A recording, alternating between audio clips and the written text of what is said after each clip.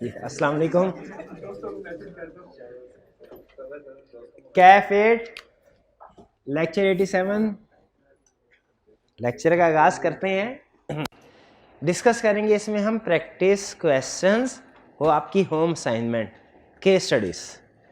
तो कल 2 क्वेश्चन रह गए थे एंड पे, जब आप कह रहे थे नहीं सर बस हो गई अब, तो आज उन क्वेश्चन को डिस्कस करते हैं। फिर आज के वाला जो मॉर्निंग का लेक्चर था उसके कुछ क्वेश्चंस को डिस्कस करेंगे। ठीक है जी, तैयार है? चलिए जी, सबसे पहले क्वेश्चन 10 क्या करना है सबसे पहले एग्जाम में? रिक्वायरमेंट। सारा पेपर एक तरफ और रिक्वायरमेंट्स एक तरफ। 6 महीने की तैयारी एक तरफ, एग्जाम के 3 घंटे एक तरफ। Discuss how you would deal with each of the above situation and the possible implication of the above on the audit report. Procedures भी पूछ रहा है and effect on the report, implication of the effect on the report भी पूछ रहा है। 2 situations हैं उसमें। ये मेरे ख्याल है जो सेकंड पार्ट हमने कर लिया था, वो आग लगी थी ऐसा। चले 10 You are the audit partner at BLC and company chartered accountants. Following matters are under your consideration. Artificial Technologies Limited has recognized an intangible assets of rupees 100 million in respect of development costs relating to software which ATL expects to market in future. तो फौरन जहन में आ गया, pick कर लिया हमने कौन से प्रोसीजर पूछना चाह रहा है? डेवलपमेंट का इंटेंजिबल एसेट्स में। इंटेंजिबल में कौन से? डेवलपमेंट कॉस्ट के। Market research conducted by ATL indicates a promising demand for such software. Demand है मार्केट में। However, expected cost required to complete the software has increased significantly and ATL requires further rupees 50 million to complete the project. 50 million मजीद चाहिए। Since ATL has already utilized its existing credit limit on other project, it is facing difficulty in raising finance for the above software. Problem क्या है? इसी तरह का question उसने एक पहले भी पूछा हुआ है कि आपके पैसे खत्म, प्रोजेक्ट चल रहा है, पैसे पूरे हो गए। तो मेरा ख्याल ये है कि हम सीधा सीधा इसको कह के राइट ऑफ करें। क्यों? क्या करना है? पहले प्रोसीजर परफॉर्म करना है, ये वैल्यूएट करने के लिए क्या अवेलेबल है कि नहीं अल्टरनेट सोर्स। यानी कोई दूसरे बैंक से फाइनेंसिंग अरेंज हो गई हो, शेयर होल्डर से, किसी डायरेक्टर ने इंटरेस्ट फ्री लोन दे दिया हो, कुछ भी, डायरेक्टर से, शेयर होल्डर से, बैंक वगैरह से। क्लियर? या कुछ और भी, कोई और प्रोसीजर भी क्या खत्म? भाई ऊपर जो during the year development cost 100 million recognise की है, इसके ऊपर कोई प्रोसीजर नहीं परफॉर्म करना। भाई ये मसला तो उसने बताया ना, पैसे खत्म हो गए हैं, इसको तो हम अल्टरनेट सोर्स के प्रोसीजर लिख दिए। क्या ये जो ऊपर उसने रिकॉग्नाइज किया है 100 मिलियन, और इसके प्रोसीजर, ये ड्यूरिंग द ईयर ट्रांजैक्शन नहीं हुई क्या? इसके प्रोसीजर नहीं लिखेंगे? क्राइटेरिया है, फिर उसके बाद कॉस्ट की verification, material, labour, overhead, management representation. किस चीज के ऊपर? मैनेजमेंट रिप्रेजेंटेशन किस चीज के ऊपर लेंगे? क्या पूछेंगे? Alternate finance. मेरा क्वेश्चन बड़ा सिंपल है आपसे, मैनेजमेंट रिप्रेजेंटेशन ऑब्टेन करेंगे हम इस क्वेश्चन में कि नहीं? किस चीज पे? यानी क्या पूछेंगे मैनेजमेंट से representation? Intention to complete financing available, हाँ, फिजिबिलिटी ऑफ सॉफ्टवेयर।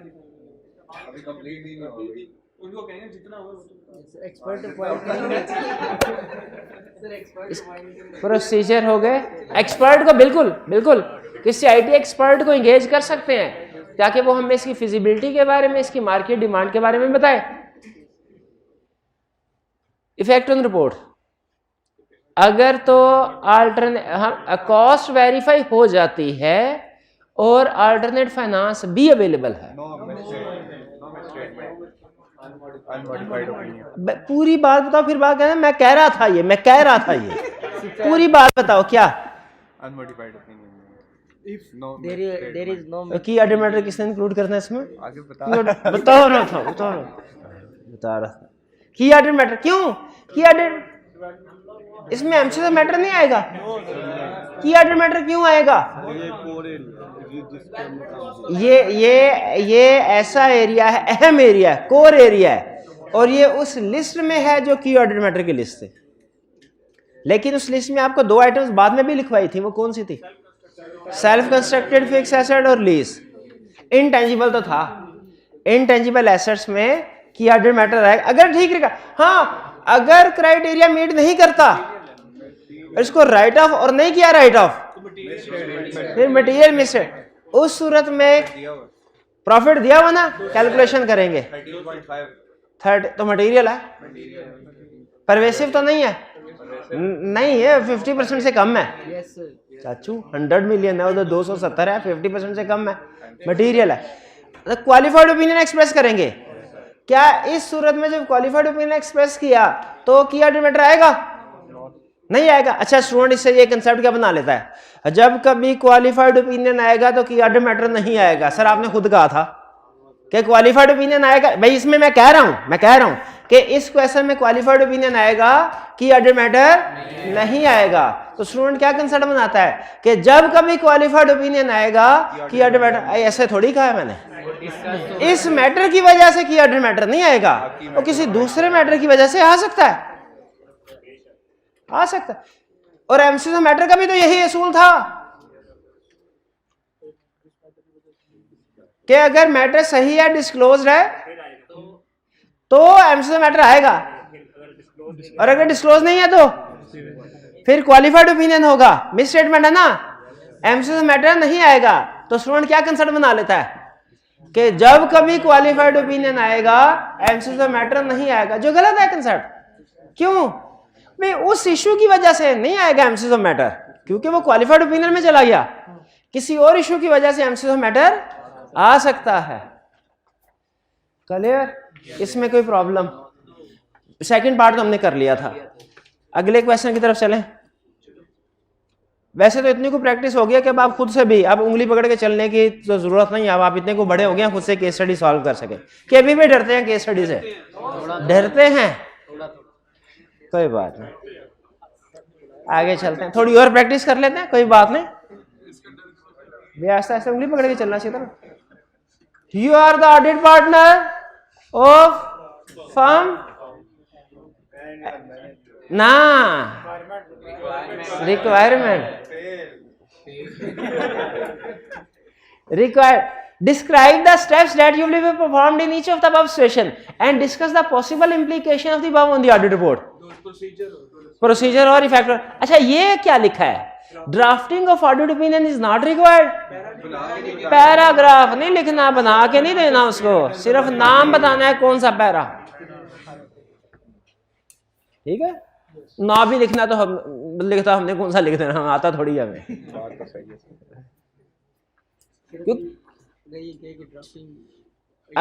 अगर कहे ड्राफ्टिंग तो फिर ड्राफ्टिंग करेंगे, अगर ना बताए तो ड्राफ्टिंग नहीं करनी होती। इससे पहले हमने बहुत से क्वेश्चन ऐसे किए हैं जिसमें उसने एंड पे लाइन नहीं लिखी होती। जब ड्राफ्टिंग करवाता है ना तो क्लियरली कहता है draft the opinion paragraph, draft the qualification paragraph. जब ड्राफ्ट कराना होता है ना तो क्लियरली ड्राफ्ट का लफ्ज लिखता है, DRAFT ड्राफ्ट। ड्राफ्ट मैंने लिख के दो, जब ड्राफ्टिंग करवाएगा तो क्लियरली ये लफ्ज लिखेगा। The profit before tax of Tariq limited for the year ended 30 June 2017 is rupees 790 million. TL provides 3-year warranty to its customer. हाँ आज ही किया वारंटी, प्रोविजन और कंटीजेंसी वाला। प्रोविजन में सबसे ज्यादा फेवरेट टॉपिक उसका क्या है? Warranty, provision for warranty. Contingencies में सबसे क्या उसका फेवरेट? लिटिगेशन। लिटिगेशन ये दो कर लिए, वारंटी और लिटिगेशन, तो समझ लीजिए आपने प्रोविजन कंटीजेंसी का ये कर लिया। टीएल लेकिन इसके रिप्रोडक्शन के भी याद कर लीजिएगा। प्रोविजन एंड कंटीजेंसी कभी कभी रिप्रोडक्शन के क्वेश्चन में पूछ लेता है, तो आपने रटा लगा लेना इसका प्रोसीजर का। लेकिन केस स्टडी में चांसेस यही है ज्यादा पूछेगा case. TL3A warranty to customer and has made provision of rupees 80 million in this regard. Management carries out the computation internally, खुद ही मैनेजमेंट कैलकुलेशन करती है, मैनेजमेंट वारंटी की खुद ही कैलकुलेशन करती है। और वारंटी में ना सबसे अहम चीज पता क्या होता है, उसमें जो फार्मूला यूज होता है, फार्मूला यूज होता है। एक मैं केस पढ़ा था, उसमें उन्होंने बताया कि वारंटी कैलकुलेट करने का फार्मूला था ना, उसमें प्रोबेबिलिटी भी होती है। हम तो है हमारे सिलेबस में नहीं है प्रैक्टिकली कि कितने % चांस है क्या। तो उस ऑडिटर को स्टैट थोड़ी कम आती थी, उसमें एक छोटा सा एरर था, वो उसको नहीं आइडेंटिफाई कर पाया ऑडिटर, और कैलकुलेशन फार्मूला देखा, फिगर्स देखी, कैलकुलेशन, उसने कहा ठीक है। उस एक छोटे से फार्मूला की वजह से मिलियंस की मिस स्टेटमेंट थी, प्रोविजन अंडरस्टेड हो रही थी। लेकिन ऑडिटर के पास चूंकि वो स्टैटिस्टिशियन नहीं था, स्टैट इतनी आती नहीं थी उसको, एरर को आइडेंटिफाई नहीं कर सका। इसलिए अगर आपको कभी लगे कि वारंटी का फार्मूला बहुत मुश्किल है, क्या करना है, स्टैट के एक्सपर्ट को ले आना, भाई चेक करो इसको, ठीक है। तो कह रहा है वो खुद कैलकुलेशन करते हैं, अच्छा करते हैं, मैनेजमेंट का हमें कोई इतराज नहीं है। Management carries out the process is complex and based on various assumptions. Expert इससे कंफर्म हो गया, एक्सपर्ट लाजमी आएगा, एक्सपर्ट। अच्छा जब एक्सपर्ट आ जाएगा फिर हम तो सुकून से बैठ जाएंगे, हमें तो कुछ भी नहीं करना। एक्सपर्ट के आने से पहले भी कोई काम करना है और उसके जाने के बाद भी। आने से पहले क्या करना है, कॉम्पिटेंट, और उसके जाने के बाद क्या काम करना है, जाने के बाद उसकी एडिक्वेसी को एडुकेसी वर्क को वैल्यूएट नहीं करना, एडिक्वेसी दोनों काम करने हैं ना। जब कभी एक्सपर्ट नहीं, दोनों नहीं करते क्या, दोनों करेंगे, एक उसके आने से पहले। कह रहे therefore your firm has appointed an expert after following all the necessary procedure for assessing the competence, capability and objectivity of expert। कह रहे आपने अपॉइंट कर लिया है और प्रोसीजर भी सारे परफॉर्म कर लिए। कौन से प्रोसीजर, आने के। तो इसका मतलब है हमने कौन से, कुछ स्टूडेंट लिखे कहते हैं सर आपने कहा था जब कभी एक्सपर्ट को अपॉइंट करेंगे ना तो उसमें दोनों प्रोसीजर लिखेंगे, उसको एक्सपर्ट करना उसके और उसके वर्क की एडिक्वेसी के भी लिखे, और मैंने कहा भी है ऐसे। लेकिन क्वेश्चन में जब क्लियरली कह चुका है वो पहला काम तो थोड़ी सोल्यूशन में भी लिखेंगे, ठीक है। तो सिर्फ दूसरा काम कौन सा, वेल एडिक्वेसी ऑफ वर्क, ठीक है। उसको बेहतर है लिखते हुए थोड़ा थोड़ा क्वेश्चन की इंफॉर्मेशन भी उसमें यूज कर लें, ठीक है। इवैल्यूएट एडिक्वेसी ऑफ वर्क में क्वेश्चन की कि एक्सपर्ट जो है, जो वर्क है उसमें assumptions relating to provision for warranty देखेंगे। वो याद है आपको प्रोसीजर थे कौन कौन से इवैल्यूएट एडिक्वेसी जो हमने लिखने हैं, इवैल्यूएट एडिक्वेसी ऑफ वर्क में कौन से प्रोसीजर लिखने हैं। एक मिनट हल्ले कोई टाइम लो। अजम्पशंस जो अजम्पशन उसने ली होंगी उनकी एडिक्वेसी को चेक करेंगे। चैप्टर 18 याद नहीं किया, कंफर्म में लिखवा लो मेरे से, 100 आपके अल्फाज से पता चल गया। Accuracy, completeness and relevance of source data, relevance and reasonableness of assumptions and method, और रीजनेबलनेस ऑफ फाइंडिंग और conclusion and their consistency with other evidence. ये 3 प्रोसीजर तो हमने लिखने हैं, ठीक है। उसके बाद जिस तरह हमने रीवैल्यूएशन रिपोर्ट में कोई 4-5 अपनी तरफ से भी प्रोसीजर लिखे थे ना, याद है वो मजीद कि जो रिपोर्ट दे दी वो तो चेक कर ली। अब हम देख लें कि फाइनेंशियल स्टेटमेंट्स में जो अमाउंट रिकॉर्ड हुई है वो रिपोर्ट के मुताबिक है कि नहीं। अब हम देख लें जो डिस्क्लोजर्स देने थे वो डिस्क्लोजर दिए हैं कि नहीं दिए, भाई ये भी चेक होना चाहिए कि नहीं।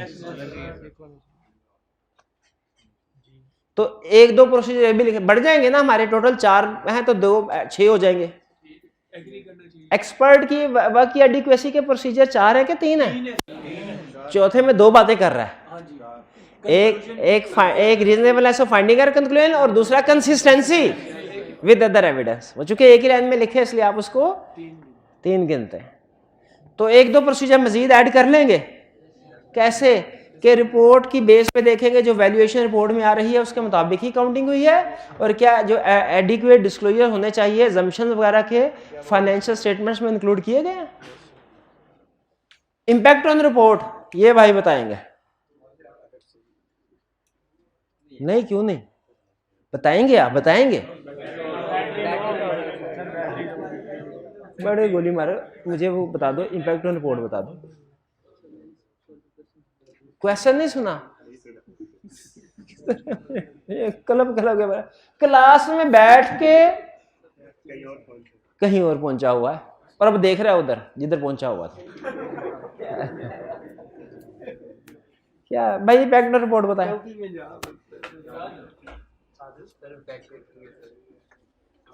इफेक्ट देखेंगे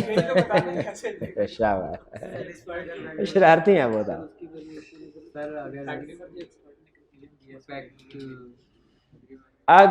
अगर एक्सपर्ट की रिपोर्ट से पता चलता है कि वैल्यूएशन रीजनेबल है फिर तो कुछ नहीं। अनमोडिफाइड ओपिनियन विद की मैटर नहीं, एमसीएस ऑफ मैटर नहीं, एमसीएस ऑफ मैटर क्यों नहीं?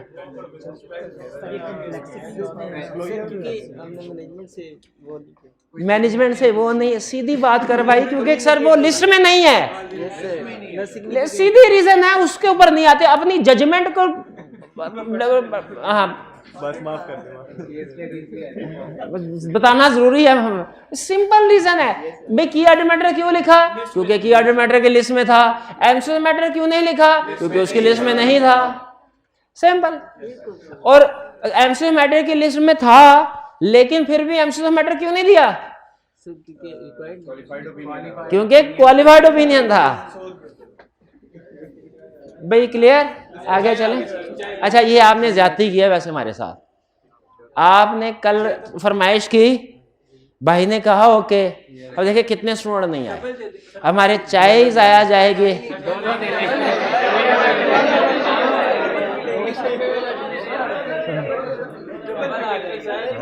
चले ठीक है, कोई नहीं जाया नहीं हो गए। लेकिन जो इसका इस्तेमाल था, एग्री हुआ था, आना चाहिए था ना बच्चों को। बारह कोई नहीं। अच्छा सुबह मैं हैरान हूँ, इस चीज पे हैरान होता हूँ।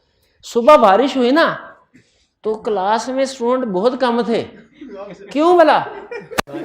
बारिश हो रही थी। अच्छा सुबह की क्लास में स्टूडेंट जितने थे इस वक्त उससे भी कम है। क्यों? बारिश तो अभी भी हो रही थी हैं? जब घर से आना होता है ना तब बारिश बड़ा तंग करती है, जब वापस आना होता है ना फिर मौसम वही मौसम खुशगवार हो जाता है। ये साइंस मुझे समझ नहीं आती। होता है ना ऐसे? मैं सही गलत रहा हूं?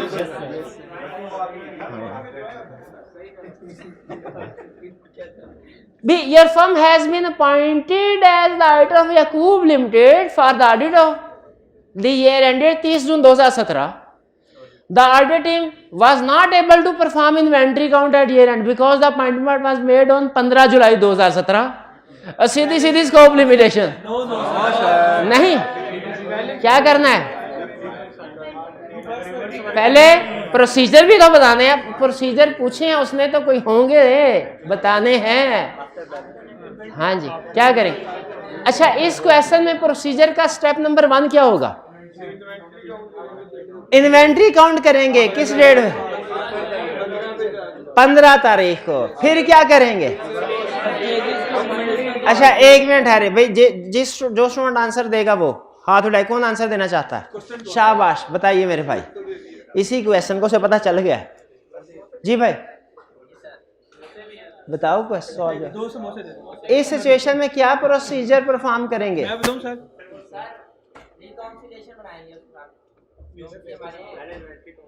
पहले इन्वेंट्री काउंट ना कर ले 15 जुलाई पे 15 जुलाई पे इन्वेंट्री काउंट कर लिया, ठीक है। स्टेप नंबर 2 रिकंसिलिएशन बनाएंगे, रिकंसिलिएशन, और देखेंगे इंटरम सेल और परचेजेस कितनी है, और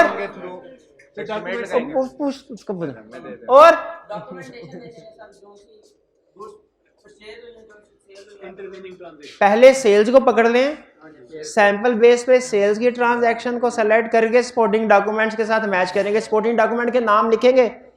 बोल बोल बोल फिर। गुड डिस्पैच नोट होगा, सेल इनवाइस होगी, शाबाश, सेल्स ऑर्डर होगा, कस्टमर की एक्नॉलेजमेंट होगी, परचेज का सैंपल सेलेक्ट करके उसके भी सपोर्टिंग डॉक्यूमेंट के साथ सैंपल बेस पे वेरीफाई करेंगे। उसकी सपोर्टिंग डॉक्यूमेंट के नाम बताएं। Good seat note, purchase invoice, ये सप्लायर इनवाइस भी उसे बाजुकात कहते हैं, परचेज ऑर्डर, शाबाश, अच्छा बिल्कुल ठीक है, ठीक है।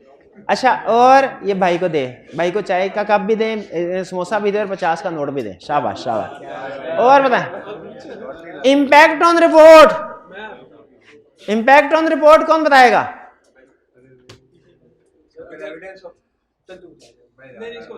भाई भाई आप जनाब में हम टाइम खत्म हो जाना हमारा, जल्दी जल्दी बता। अगर एविडेंस ऑब्टेन कर लिया हमने और एविडेंस मिल गया, ठीक है, अनमोडिफाइड ओपिनियन एक्सप्रेस करेंगे और की ऑर्डर मैटर दे देंगे। की ऑर्डर मैटर की लिस्ट में था अदर मैटर क्यों दे, और कोई नहीं बोलेगा, इंस्टीट्यूशन खोला हुआ है इसने, कोई पैसे नहीं, कोई पैसे नहीं। की ऑर्डर मैटर किस लिए? लिस्ट में नहीं है ना, तो क्या इंक्लूड करेंगे? Other matter. अदर मैटर क्यों लिस्ट में है? नहीं, क्वेश्चन में किस इंफॉर्मेशन से पता चला?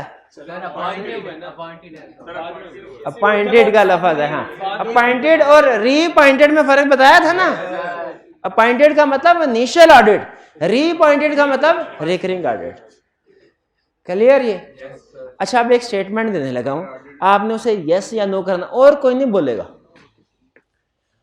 इस सिचुएशन में अगर एविडेंस ऑब्टेन नहीं होता, ये स्कोप लिमिटेशन होगी। Auditor shall express qualified opinion if effect is material, और disclaimer of opinion if effect is pervasive. इसमें विड्रॉल की बात करनी है कि नहीं करनी? विड्रॉल की बात नहीं, क्योंकि स्कोप लिमिटेशन में मैनेजमेंट नहीं है, नहीं करनी। लेकिन अगर क्वालिफाइड या डिस्क्लेमर ओपिनियन दे रहे हैं ना, तो उस सूरत में अदर मैटर पैराग्राफ नहीं आएगा। ये स्टेटमेंट सही है कि गलत? अदर, फिर से सुन ले, फिर से सुन ले।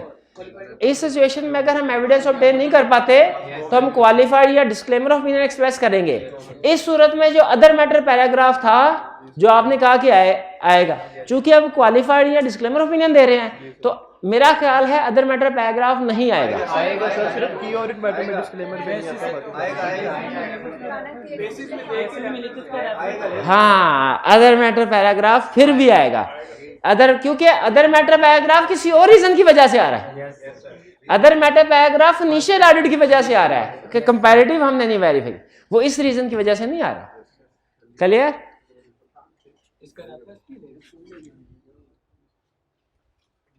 अगर स्कोप लिमिटेशन बाय मैनेजमेंट होती और उसका इफेक्ट परवेसिव होता और विड्रॉल पॉसिबल एंड प्रैक्टिकेबल ना होता, तो डिस्क्लेमर ऑफ ओपिनियन एक्सप्रेस करते। लेकिन क्या और इफेक्ट आता? Other matter paragraph. क्या की अदर मैटर पैराग्राफ भी आता? नहीं आता, की अदर मैटर पैराग्राफ नहीं आता। शाबाश, बिल्कुल ठीक, बिल्कुल ठीक। क्योंकि की अदर मैटर पैराग्राफ क्लियरली उसने कहा हुआ है कि अगर डिस्क्लेमर ऑफ ओपिनियन एक्सप्रेस करें या एडवर्स ओपिनियन एक्सप्रेस करें, सिर्फ डिस्क्लेमर ऑफ ओपिनियन पे कहा है, एडवर्स पे नहीं कहा। हाँ, तो मैंने इसीलिए कहा कि ताकि आप मेरी गलती पकड़े, मैं ये थोड़ी कहा हाँ में ला लें, वो बस वो भाई के लिए इजाजत है, आपके लिए इजाजत नहीं है। तो एडवर्स ओपिनियन अगर रिपोर्ट में आ रहा हो, क्या की ऑर्डर मैटर दे सकते हैं? एडवर्स ओपिनियन आ रहा हो की ऑर्डर मैटर दे सकते हैं। एडवर्स ओपिनियन आ रहा ये तो ऐसे इजी हो गया जैसे दावत में, सच में दावत में आया हो। मैं पूछ रहा हूँ उससे, वो रिलैक्स है, मुकाबला कर रहे हैं दोनों, मैं ही खा रहा हूँ, तुम दोनों कौन ज्यादा खा। एडवर्स ओपिनियन आएगा तो क्या भाई चटनी नहीं लेके आए? ऐसे ना करें, चटनी है ना भाई, ऐसे भाई को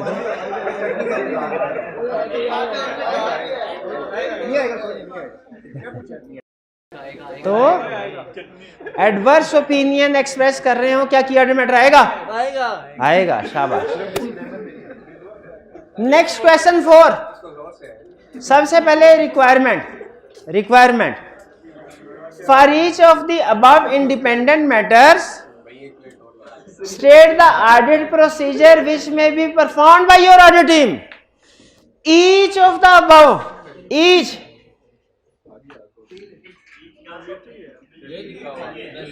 लिखा हुआ है, ईच अलग रहता है दोनों का। Discuss with reason implications on the audit report. Reason का मतलब वही होता है कि बताना है मिस स्टेटमेंट है कि स्कोप लिमिटेशन है, अब बताना है इफेक्ट क्या होगा। रीजन का मतलब यही होता है।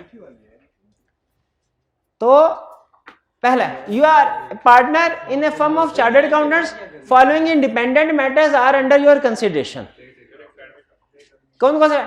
पहला, draft financial statements of E limited for the year ended 31 January 2021 include inventory of ₹26 million that was purchased on 1 January 2021, यानी ईयर एंड से पहले इन्वेंट्री परचेज कर ली हुई थी। For fulfilling a large specialised order of a foreign customer, specialised foreign customer का special order पूरा करने के लिए इन्वेंट्री बाय कर ली हुई थी। Due to sudden imposition of import restriction in the foreign country, customer cancelled the order on 28 January 2021। The draft financial statement showed that APL's profit before tax is ₹130 million. पहला मैं question बड़ा simple आपसे, ये मसला going concern का है या inventory का? गोइंग कंसर्न का क्यों नहीं? ऑर्डर फॉरेन कस्टमर ने ऑर्डर कैंसिल कर इतना बड़ा। हाँ, क्वेश्चन में कोई ऐसी इंफॉर्मेशन नहीं है जिससे हमें लगे कि वो क्वेश्चन कस्टमर मेजर है, और इतना मेजर कि 20%, 30%, 40% ऑफ रेवेन्यू एक कस्टमर से आ रहा है। अगर वो क्वेश्चन में कहता कि मेजर कस्टमर है, और मेजर भी कैसा, सिर्फ मेजर नहीं, मेजर के साथ एडिशनल इंफॉर्मेशन देता कि मेजर भी कैसा कि उससे 20%, 30%, 40% रेवेन्यू जनरेट हो रहा है, फिर हम कहते हैं गोइंग कंसर्न का इशू। अभी तो वो रेगुलर उसका कस्टमर है। तो मसला गोइंग कंसर्न का नहीं, इन्वेंट्री का। इन्वेंट्री में की कौन सी एजर्शन पे रिस्क है? इन्वेंट्री की कौन सी एजर्शन पे रिस्क है? वैल्यूएशन पे। यानी इसको हमने इंश्योर करना है कि ये वाली inventory lower of cost NRV पे आए। ये तो आज ही पढ़े हैं, अभी पढ़े हैं एनआरवी के। क्या करेंगे? इंश्योर करेंगे ये inventory lower of cost NRV पे स्टेट की जाए। एनआरवी की डिटर्मिनेशन के लिए एस्टिमेटेड सेलिंग प्राइस देखेंगे, वैल्यूएट करेंगे क्या ये इन्वेंट्री किसी दूसरे कस्टमर के ऑर्डर में यूज हो सकती है कि नहीं, और अगर नहीं हो सकती तो इसकी प्राइस क्या है, मार्केट प्राइस क्या है, ताकि इसे राइट डाउन किया जाए उस अमाउंट के ऊपर। अब जब हमने मिस स्टेटमेंट, अब ये तो हो गया ना प्रोसीजर। और हाँ, इसमें अच्छा एक अहम प्रोसीजर है इसमें, मुझे नहीं पता सोल्यूशन में लिखा कि नहीं लिखा, वो एक केस स्टडी थी उसकी वजह से मुझे याद है। एजिंग नहीं, सेल एग्रीमेंट क्यों? डैमेजेस, शाबाश, लेकिन पूछा उन्होंने, उनसे मैं पूछ रहा था। तो डैमेजेस क्यों देखेंगे? हाँ, के डैमेजेस, क्या हम कोई डैमेजेस क्लेम कर सकते हैं उसे? अगर कॉन्ट्रैक्ट में लिखा था कि जिसने भी कैंसिल किया वो दूसरे को डैमेजेस पे करेगा, तो इसका मतलब वो डैमेजेस हमारे अदर इनकम के तौर पे रिकॉर्ड होने चाहिए, ठीक है, क्योंकि कॉन्ट्रैक्ट के मुताबिक हमने उसे क्लेम किया था। तो वो डैमेजेस वाला पॉइंट भी होता है। आइंदा जब कभी किसी भी ब्रीच ऑफ कॉन्ट्रैक्ट होना, तो आपने ये पॉइंट भी ज़हन में रखना है कि ब्रीच ऑफ कॉन्ट्रैक्ट की वजह से अगर कॉन्ट्रैक्ट में डैमेजेस लिखे हुए ना, तो वो रिसीवेबल या पेएबल के तौर पे रिकॉर्ड। ये लॉ में पढ़ा हुआ ना आपने? हाँ, फिर इंश्योरेंस रिसीवेबल की तरह इसका नहीं, इक्का दुक्का प्रोसीजर सिर्फ लिख दे, सिर्फ कि अगर वो प्रोबेबल है, अगर वो वर्चुअली सर्टन है, तो फिर डैमेजेस को रिकॉर्ड कर लें, लेकिन वरना डिस्क्लोज कर दें। अगर हम रिसीविंग एंड पे है लेकिन अगर हमारी तरफ से कॉन्ट्रैक्ट ब्रीच हुआ है तो फिर तो उसका मतलब एक्सपेंस रिकॉर्ड होना ही चाहिए। 1 में कोई प्रॉब्लम? अच्छा, इसमें effect on report, effect on report क्या है? हाँ, अगर इन्वेंट्री को लोअर ऑफ कॉस्ट आने पर रिकॉर्ड नहीं किया तो मिस स्टेटमेंट। अच्छा, मिस स्टेटमेंट के लिए हम इस 26, क्योंकि उसने एनआरवी नहीं बताई हुई ना, एक क्वेश्चन में उसने एनआरवी बताई थी कि 26 मिलियन की इन्वेंट्री है और 10 मिलियन एनआरवी है। हमने कहा इस सिचुएशन में मिस स्टेटमेंट कितने की है? 16 की।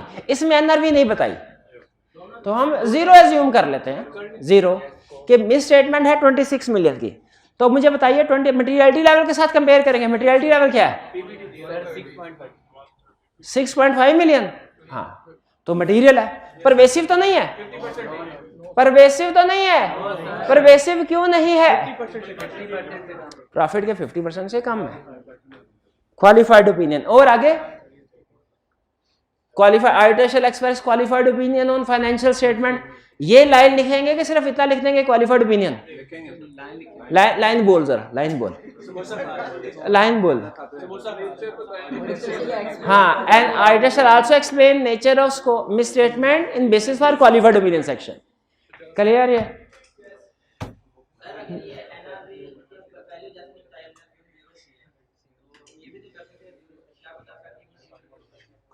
के नहीं, दोनों के इमटेरियल नहीं लिखेंगे इसमें, क्योंकि मैंने आपको बताया था जब तक इमटेरियल क्वेश्चन में क्लियरली खुद ना कह दे हम उसे अपने सॉल्यूशन में डिस्कस नहीं करते। यानी अगर क्वेश्चन में उसने ये नहीं बताया ना कि मटेरियल नहीं क्या पर नहीं बताया, मटेरियलिटी के बारे में बिल्कुल साइलेंट है, तो प्रैक्टिकली तीनों पॉसिबिलिटीज होती है, इमटेरियल भी हो सकता है, मटेरियल भी, परवेसिव भी। लेकिन एग्जाम पॉइंट ऑफ व्यू से हम सिर्फ मटेरियल और परवेसिव डिस्कस करते हैं, क्योंकि मार्किंग स्कीम में स्लैशी सॉल्यूशन में एग्जामिनर कमेंट्स में वो सिर्फ यही 2 चीजों को लेके चल रहा है।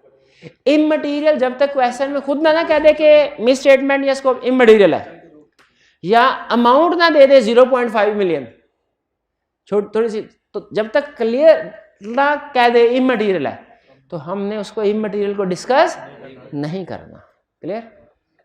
Second, during the audit of Styler limited SL the management informed that it is largest customer EL has recently notified that it will not renew its contract with SL, which is due to expire on 30 June 2021. Sales from EL constitutes 70% of total revenue. The management has further informed that they are in negotiation with EL and are hopeful to retain the customer.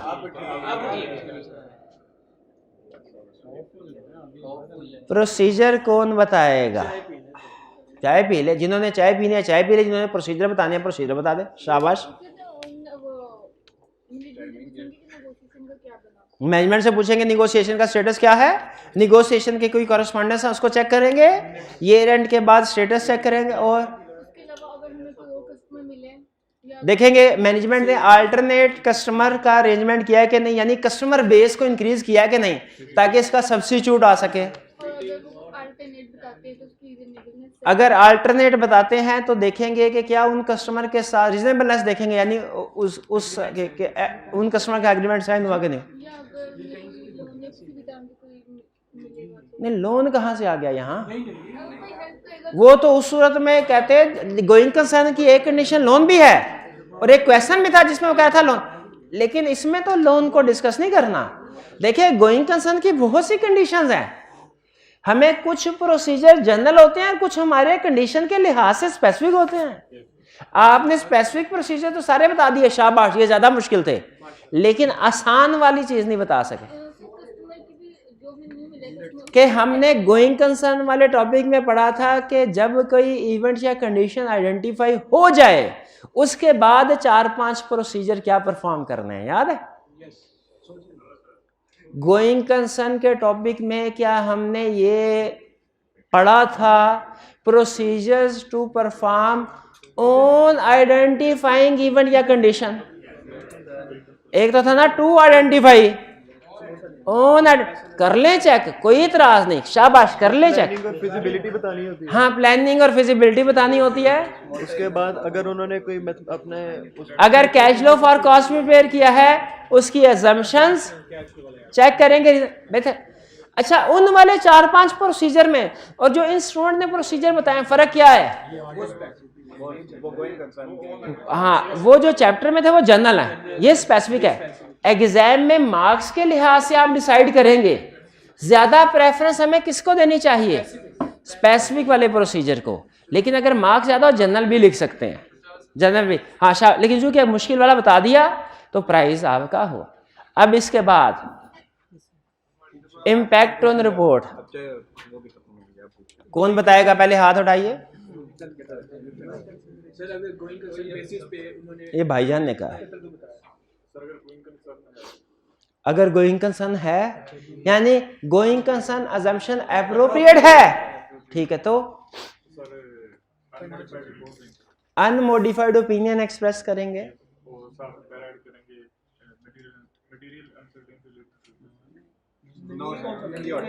इसमें 3 possibilities थी। जी बताइए आप। जी सबसे पहले तो ये देखिए, अब क्वेश्चन में आप देखें, उसने ये नहीं बताया हुआ हमें कि कंक्लूजन क्या है। क्वेश्चन में ये नहीं कहा कि गोइंग कंसर्न अजम्पशन एप्रोप्रिएट है कि नहीं है। क्वेश्चन के अंदर ये नहीं बताया मटेरियल अनसर्टेनिटी एग्जिस्ट कर, नहीं बताया। तो इसका मतलब क्या हुआ? हमने तीनों डिस्कस करने हैं। डिस्क्लोजर वगैरह दिया हुआ है या नहीं, उसके अलावा सिर्फ ये देखेंगे कि प्रोबेबल है कि पॉसिबल है। अगर भाई 3 अजम्पशंस हैं, एक एक करके तीनों अजम्पशन बता दीजिए कि क्या होगा। जी भाई आप बताइए। अगर गोइंग कंसर्न अजम्पशन एप्रोप्रिएट है लेकिन मटेरियल अनसर्टेनिटी एग्जिस्ट नहीं कर रही, तो अनमोडिफाइड ओपिनियन विद की एडेड मैटर, शाबाश। और अगर गोइंग कंसर्न अजम्पशन एप्रोप्रिएट है लेकिन मटेरियल अनसर्टेनिटी एग्जिस्ट करती है, तो unmodified opinion plus material uncertainty related to going concern का पैरा ऐड होगा। और अगर गोइंग कंसर्न नॉट एप्रोप्रिएट है, तो अगर financial statement going concern basis पे बनी है तो एडवर्स ओपिनियन, और अगर नॉन गोइंग कंसर्न बेसिस पे बनी है अनमोडिफाइड ओपिनियन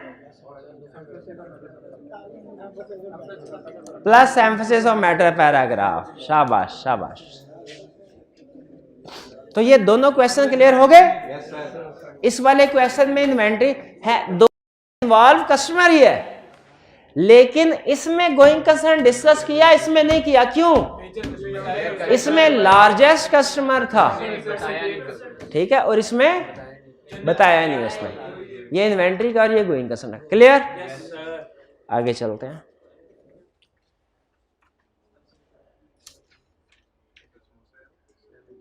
कह रहा है list the audit procedure used in obtaining evidence in relation to inventory count of inventory held in the shops and explain the reasons. कह रहे इन्वेंट्री काउंट में कौन कौन से प्रोसीजर परफॉर्म करेंगे शॉप्स में in relation to inventory count of inventory count के हवाले से क्या क्या प्रोसीजर परफॉर्म करेंगे, बिफोर ड्यूरिंग आफ्टर। उसने मेंशन किया है कि बिफोर ड्यूरिंग, बिफोर बताने हैं, ड्यूरिंग के आफ्टर, तीनों बता, लेकिन ज्यादा फोकस किस पे करना है? ड्यूरिंग पे। फिर B explain the factors you should consider when placing reliance on work of UJ. ये यूजे कौन है? यूजे कोई ना कोई एक्सपर्ट होगा जिसको हम देखें। तो उसके वर्क पे रिलाय करने से पहले क्या प्रोसीजर परफॉर्म करने हैं? कॉम्पिटेंस। क्या सिर्फ एडिक्वेसी ऑफ वर्क के प्रोसीजर लिखेंगे या कॉम्पिटेंस कैपेबिलिटी के?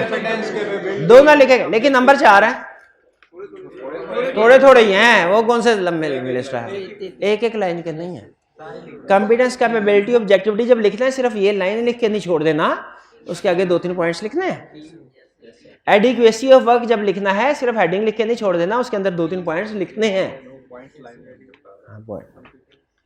See, describe the audit procedure you should perform to ensure that June inventory is valued correctly. सबसे अहम लफ्ज इसमें पता है क्या है? Valued correct. इसका मतलब है सारी इन्वेंट्री के प्रोसीजर नहीं पूछ रहा। हाँ वही, inventory is valued at lower of cost NRV, वो पूछ रहा है। तो इसका मतलब है सिर्फ एनआरवी के प्रोसीजर बताएंगे कि एनआरवी और कॉस्ट दोनों?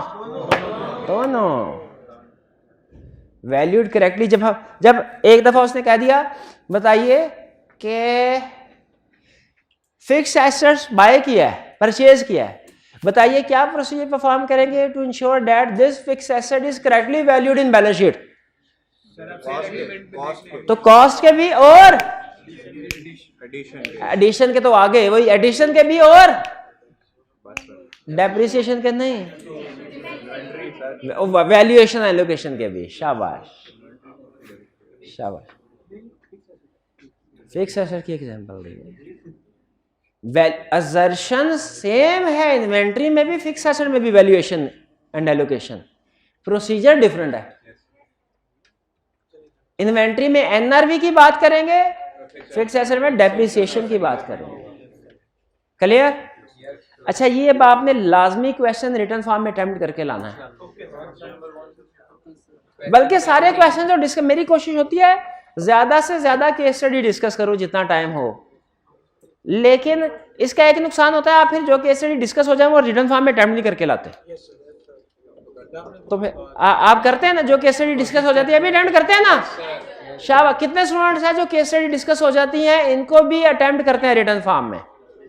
शाबाश। 1 2 3 4 5 6। शाबाश।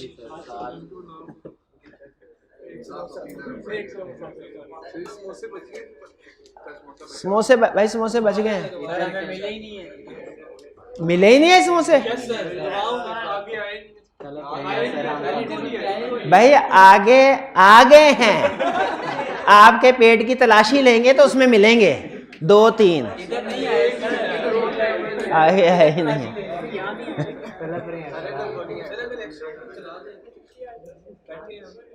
चलिए, अच्छा वो ये क्या, ये कौन सा क्वेश्चन है? रिक्वायरमेंट पढ़ लेते हैं पहले। List the weaknesses in the control system for counting inventory at depot 9। ये कंट्रोल सिस्टम, इंटरनल कंट्रोल तो अभी पढ़े ही नहीं, इन्वेंट्री का तो पढ़ लिए हैं, इन्वेंट्री के तो पढ़ लिए हैं। तो क्या वीकनेसेस आइडेंटिफाई कर सकते हैं?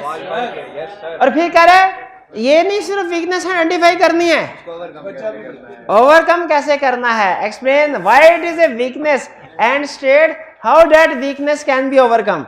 ये भी बताना है, ओवरकम कैसे करना है।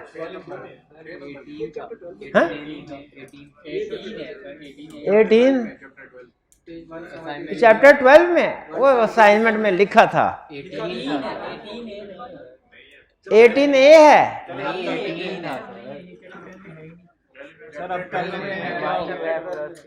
और ये चैप्टर 12 का, अल्लाह के बंदे चैप्टर 12 है, पहले भी कलब कलब के मर गया था दोपहर को, ये चैप्टर 12 है।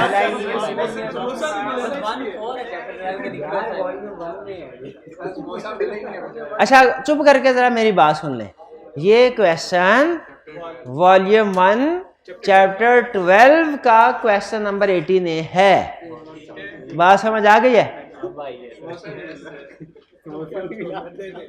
नहीं, समोसा बाकी नहीं मिला तो ये चाय का कब किधर भाईजान? समोसे इधर आपने 4-6 समोसे इनको दे दिए हैं और इन बेचारों को एक समोसा भी नहीं दिया।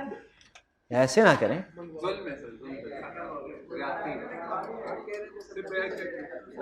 On the day of inventory count, you attended Depot 9 at Dinzy.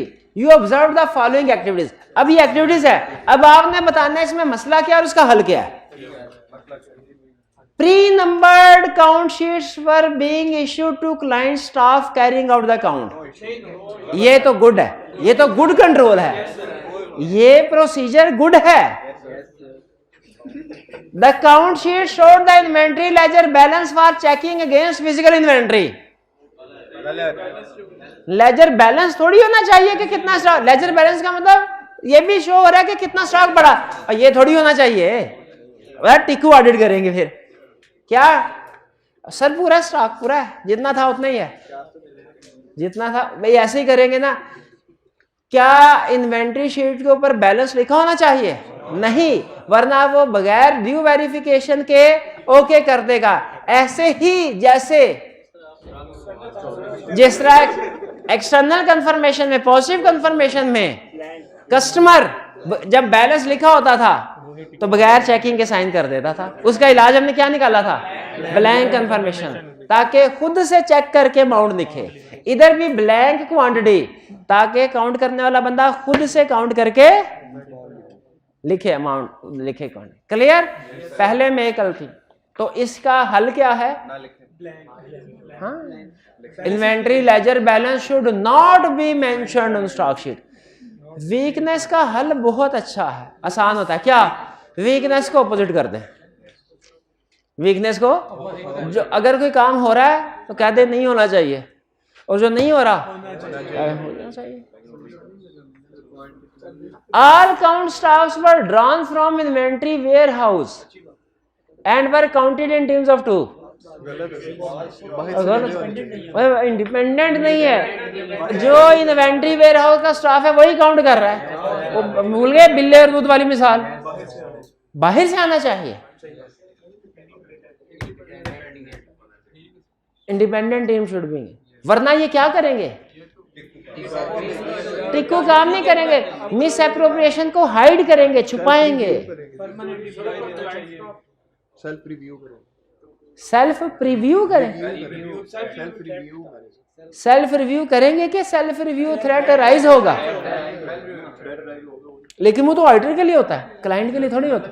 अच्छा, कंसेप्ट वो मैच, हाँ ठीक है बिल्कुल, कंसेप्ट वही मैच, सेल्फ रिव्यू जैसा ही।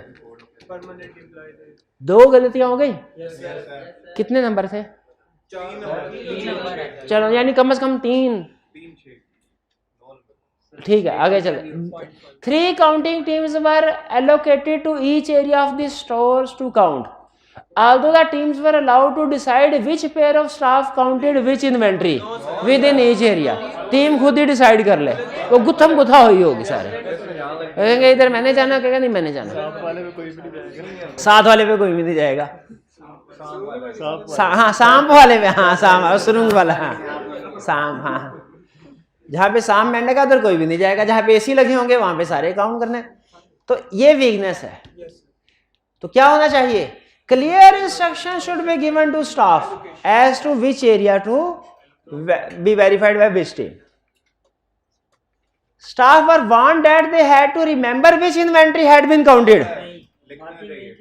वार्निंग नहीं देनी उनको, रिमेंबर नहीं करना चाहिए, लिखना चाहिए, लिखना चाहिए, डॉक्यूमेंटेशन फौरन पिक कर लिया। और जब यही काम मैं कहता हूं कि केस स्टडी जो है सिर्फ पढ़ के सोल्यूशन नहीं देखना, लिखना भी है। वॉल्यूम 1 के क्वेश्चन को सिर्फ पढ़ के सोल्यूशन नहीं देखना, लिखना भी है। उस वक्त क्यों नहीं मेरी बात मानते? अरे सारे लोग यही कहते हैं कि ज़बानी कलामी नहीं, लिखत पढ़त में काम होते हैं। लेकिन ऑडिट की केस स्टडी आपने मजाल है कि लिखत पढ़त में की हो, ज़बानी कलामी कर लेते हैं सारे। की थी 1.5 महीना पहले केस स्टडी की थी। तो यहां पे भी यही समझा रहा है कि सारा काम रिटन में होना चाहिए, ज़बानी कलामी तो चीजें भूल जाते हैं। तो कितनी होगी? 4 वीकनेसेस हो गई, 4 हो गई भाईजान। 1 मिनट, फिर लेजर बैलेंस नहीं था,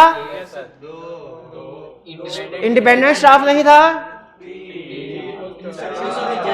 टीम्स को क्लियर इंस्ट्रक्शन नहीं दी गई थी, 3 हो गई। और फिर इसी में चौथी कि मार्किंग या टैगिंग नहीं हो रही, 4 हो गए। फिर next, information was recorded on the count sheet in pencil so amendments could be made easily। so amendments could be। अच्छा, हम पता क्या करते थे प्रैक्टिस में? हम पेंसिल यूज करते हैं ताकि एंड पे फर्क आ जाता है ना जो कोई, तो क्लाइंट से पूछते हैं किधर है, क्लाइंट बता दे तो ठीक है, आगे के लिख देते हैं ऐड 10 यूनिट उधर पड़े हुए हैं, नहीं तो फिर हम कहते हैं आगे चलो पूरे ही होंगे, पूरे ही होंगे, उसको मिटा के टिक कर दिया। कुछ जूनियर्स ऐसे करते हैं जो कि गलत है, गलत है। शाम वाले में किया था। असल में मसला ये होता है कि जब ऑडिट में कोई भी मसला आप रेज करते हैं ना, तो आपको वो एड्रेस भी खुद ही करना पड़ता है। तो इसलिए हम कहते हैं कि रेज ना ही हो तो अच्छा है।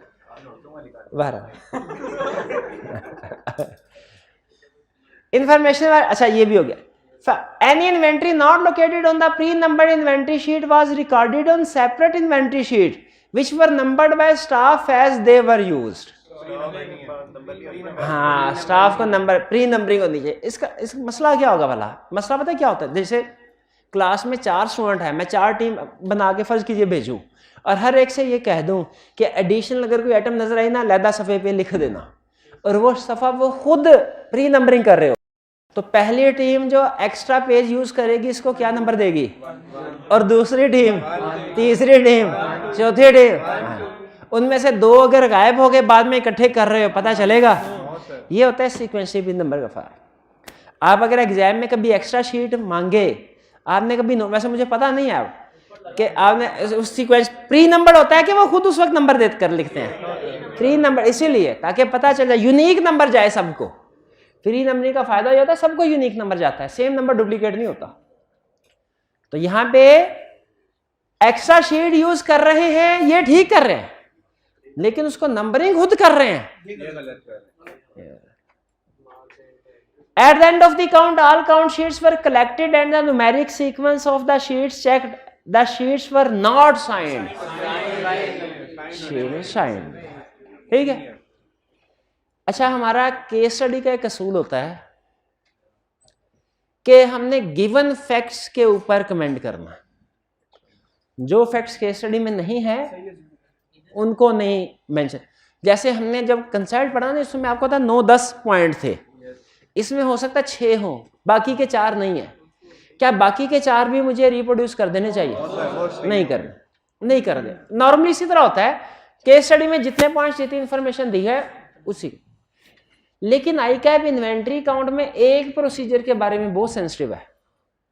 वो कहता है जब मैं क्वेश्चन में साइलेंट रहूं ना उसके बारे में, तो वो प्रोसीजर इतना अहम है कि बच्चे को खुद से बताना चाहिए कि ये काम होना चाहिए था, तुमने नहीं किया, ये काम होना चाहिए तुमने नहीं किया। क्या भला?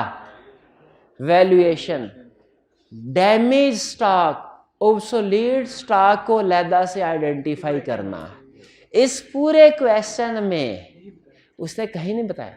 अच्छा, वैसे ये भी नहीं बताया कि इन्वेंट्री की मूवमेंट सेल परचेज स्टॉप हुई है कि नहीं, ये भी नहीं बताया।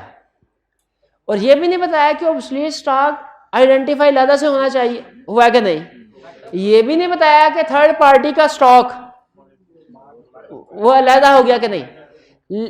तो हम बाकी किसी चीज के ऊपर कोई कमेंट नहीं करेंगे, सिर्फ एक चीज के ऊपर कमेंट करेंगे जो सबसे अहम है, वैल्यूएशन, कि ऑब्सोलीट स्टॉक को अलहदा आइडेंटिफाई करना चाहिए था जो इन्होंने नहीं किया। तो ये एक प्रोसीजर, जब कभी इन्वेंट्री काउंट के इंस्ट्रक्शंस पे कमेंट करना हो ना, ये एक प्रोसीजर आपने खुद से सोचना है। क्वेश्चन में अगर नहीं भी दिया ना, खुद से सोचना है कि ये होना चाहिए था, परफॉर्म कर रहा है कि नहीं, जो इस केस में नहीं कर रहा। तो ये एक तरह से हिडन एडजस्टमेंट। बाज़ काउंटिंग में वो ट्रायल बैलेंस में हिडन एडजस्टमेंट होती है ना, जो क्लियरली विजिबल नहीं होती। ठीक है, तो उसी तरह ये भी समझिए इन्वेंट्री काउंट इंस्ट्रक्शन में ऑब्सोलीट स्टॉक की हिडन एडजस्टमेंट है। जब कभी क्वेश्चन साइलेंट हो इसके ऊपर, आपने कहना इसका मतलब है उसने स्टॉक को अलग आइडेंटिफाई नहीं किया, ऑब्सोलीट स्टॉक को उसे करना चाहिए।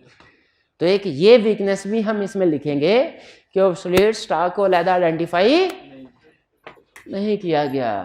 क्लियर हो गया? चलिए ठीक है, 2.25 हो गए। ठीक, नहीं बस क्वेश्चन हो गया कंप्लीट, इतना ही पढ़ाना था। अच्छा, आपको याद है आपको होम असाइनमेंट के तौर पे क्या कहा हुआ है? रीड करके आने आपने बाकी के लर्निंग ऑब्जेक्टिव बोला था ना, रीड करके आने सारे।